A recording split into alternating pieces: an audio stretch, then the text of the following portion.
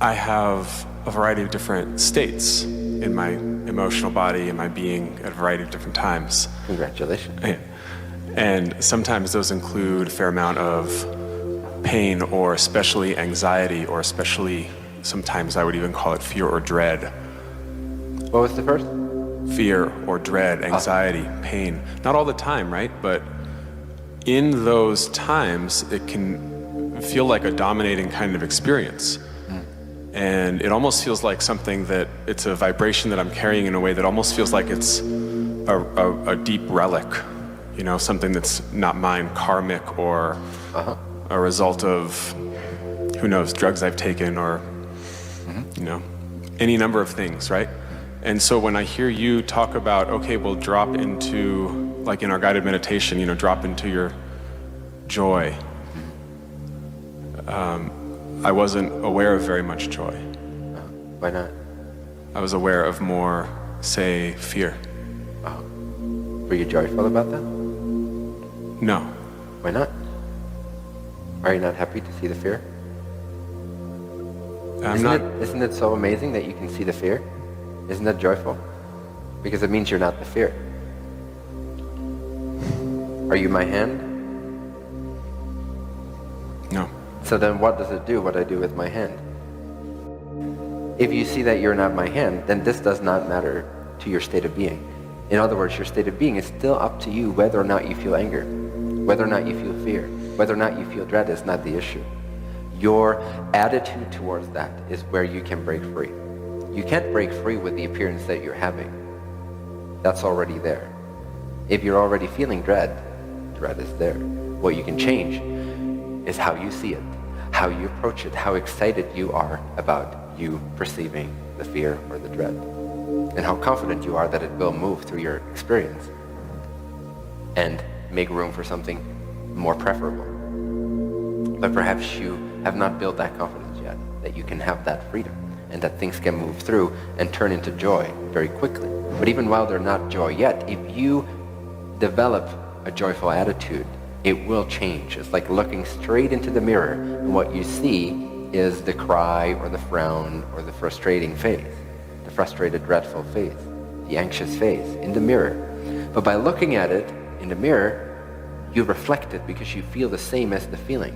But if you change the way you feel about what you see, you can change the way you feel about dread. You can change the way you see anger. You can change the way you see fear. You can change the way you experience anxiety. If you make that more exciting, what will happen is that the guy that's looking in the mirror at his own reflection will start to smile, and then what happens is that the emotional system will start to smile. Does that make sense? Have you ever tried that dual state awareness of yourself where, okay, this is what I'm feeling, but this is who I am. I am the one that's choosing to see it in a certain light. I am the vibrational responder to the feelings. I'm not the feelings. The feelings don't define me. I choose how I want to feel about the feelings that already have arisen. If they've already arisen, it's already out of your control. It's already accepted. It's already a perfect part of the canvas of life. You don't have to accept it anymore. You don't have to struggle about it. You don't have to worry about it. You're too fucking late. It's there. It's already accepted. It's already allowed by creation. Otherwise, it wouldn't be there. So you're totally at peace when you're angry. You're totally at peace when you're dreading. You're totally at peace when you're anxious because it's already created. And the Creator itself already accepted it in your system of experience. Knowing that, now you, apart from the vibration that's already manifest, has the ability to change the vibration about what you're seeing or focus on something else altogether. The more you focus on those relics, the more you focus on those vibrations, the more they will become your vibration, and the more the mirror will again reflect it to you and again reflect it to you. So it's not karmically holding you under control, it's because of your focus on them that you're holding yourself within the same paradigm of experience. And you can change that by seeing that you're not what already is. You are free to create whatever is not yet here by placing your focus elsewhere. By putting your focus on a preferred state of being, even while something is gnawing at you. That does not have to distract you. It's already created. Creation has already endorsed it, taken care of it, is loving it, is already holding it in its infinite embrace. You don't have to practice mindfulness with it. You don't even have to choose to be fucking aware of it. Let the dread take care of itself. Oh, dread, fun. Go ahead. Something else take care of that within my body. I don't care. I'm going to be in the energy I want to actually make manifest. Is that dread and anxiety and fear, or is that love and confidence and optimism and excitement? All those things. The last one? The last one's creativity, empathy. Awesome. Yes. So then you have to either two options, basically, most efficient in my eyes. Either you take a creative outlook on the negativity that already is manifest, the negative feelings that are already here, you have to bring a new view to them and then transform them. Like looking at the mirror, seeing yourself frown. You weren't realizing that you were creating frown, but now that you experience the frown inside of your awareness, you can change it to a smile.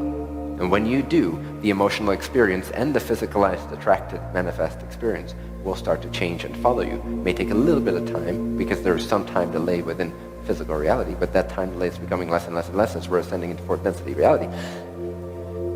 So either bring a creative, fearless, joyful, confident, optimistic attitude to these emotions and love the shit out of them as if they're not yours, as if they're not you. Just love them unconditionally like they're your kids. Or you look away from them altogether and you use your energy to ignore what is for the sake of bringing in a new energy that can then replace what is. So then what you're doing is you're seeing yourself frown in the mirror, but instead of focusing on the frown and trying to smile at it, for some people that doesn't work, you simply leave the fucking bathroom, you go have a fun experience, you focus on something else, you come back, you wash your hands, you look up at the mirror and you're smiling. Does that make sense? Mm-hmm. So you can change your experience in that way too, by distracting yourself.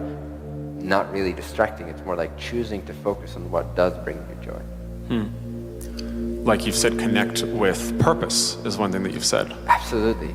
Which I don't often feel like I have access, even access to organizing around purpose. It might not work for you in that way. It works where I'm at presently, and the challenges that I go through, like one of the relieving things for me is to remember that this is not about me. Mm-hmm. So to tune back into my sense of purpose and service and joy and expansion and shepherding consciousness, that puts me right back on track. And it makes me forget all about my personal challenges or struggles or comparisons or anything like that. That sounds awesome. I'd love to have a purpose like that to organize around. Cool, but what is your purpose? Don't know. It will develop as you start feeling better and better. The more you align the way you see life, align it, make it clear, make it in alignment with the way your higher self sees your life and intends for your life to be received and appreciated and experienced. The more you are in that appreciative experience, the more that will flow to you and the more clear you will become on your purpose and more of your purpose and more of who you are and more of why you're here and more of what's truly your quality and less bias and less relics from surrounding forces or energies which are still agreed upon by you for the purpose of transformation. Nevertheless, less and less of that will be part of your experience. More and more you'll just end up with the crystal that is you, the crystal clear, crystal line light that is you. And when that's the case, you will always be able to tap into your purpose, at least to some extent. But even before that, you can tap into other things that bring you relief. It doesn't have to be your purpose. It can be something that you desire, which is always in alignment with your purpose anyway. But that might be more obvious to you than your overall blueprint purpose for why you are here. That might be too abstract at this point. Might be too undiscovered. But the way that you undiscover it, or the way that you discover it, is by following your joy one breadcrumb at a time.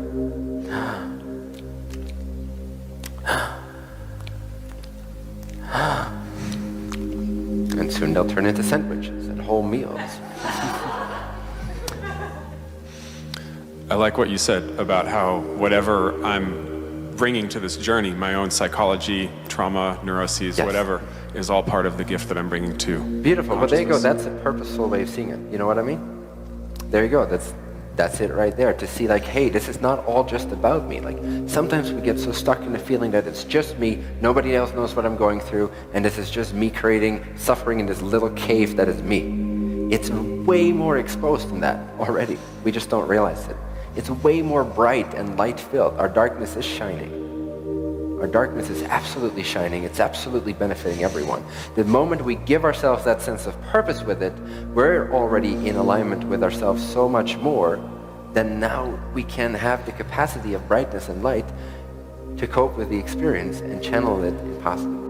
Thank you for your service. Thank you. On behalf of tens of millions of people every single time you struggle. And especially every single time that you remember it's not just about you, you're actually being of service. That's you tapping into your purpose, that's you tapping into your light, that's you letting in the goodness that is you, seeing that you're worthy of being able to give this service, seeing that you're able to give this service. And then from this space, you can build this relationship to all these beings that you're actually already helping. You're doing a great, great service. Transform dark into light, keep doing what you're doing. You're doing an amazing job. Focus less on the dark and more on the light. Give yourself that gift, and all those that are waiting for it as well, whether they know it or not. Can you give yourself that gift? Do you know you're worthy of more light? You don't have to carry this as a burden. You don't. You really, really don't. You can drop it. One of the fastest ways to accelerate is not even to focus on what you want and what accelerates you, but to simply let go of that weight. Because you're already filled with fucking helium. You're already wanting to rise so fast. The struggle we feel is by holding on to responsibilities and senses of unworthiness that are not ours. Every ounce of our being wants us to drop that idea. It's not a real idea. You are worthy of love. You are worthy of bliss. You're worthy of joy. You can still do all your service in a joyful, smooth manner. Even more so. So give yourself that gift, because you won't only give it to yourself. You'll give it to all those tens of millions of people that are energetically connected to your theme. So give them that gift. Like, if you increase the brightness of your life right now by receiving the worthiness and the goodness and the abundance that you can generate for yourself, if you let that in, if you let that love in, if you know you don't have to hold on to negative things, if you can let it flow through, let it go, and let the goodness in and transform the whole way you see your life and yourself for the better. Bright, love-filled, worthiness-filled, infinite worthiness-filled, abundance-filled. When you do that, immediately, the very same moment, those tens of millions of people connected to your theme energetically, some kind of a brightness will show up in their day. Something will be different. They will be a little bit lighter as well.